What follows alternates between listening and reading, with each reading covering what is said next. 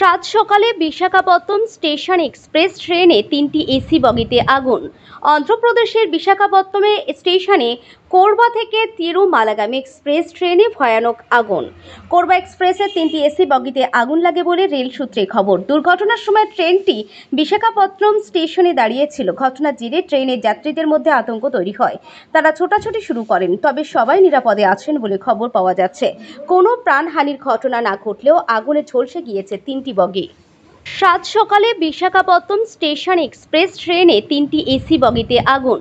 অন্ধ্রপ্রদেশের বিশাখাপত্তনমে স্টেশনে কোরবা থেকে তিরুমালাগামী এক্সপ্রেস ট্রেনে ভয়ানক আগুন।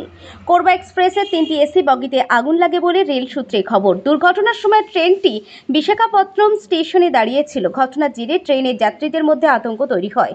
তারা ছোটাছুটি শুরু করেন, তবে সবাই নিরাপদে আছেন বলে খবর পাওয়া যাচ্ছে। কোনো প্রাণহানির ঘটনা না ঘটলেও আগুনে ঝলসে গিয়েছে 3টি বগি।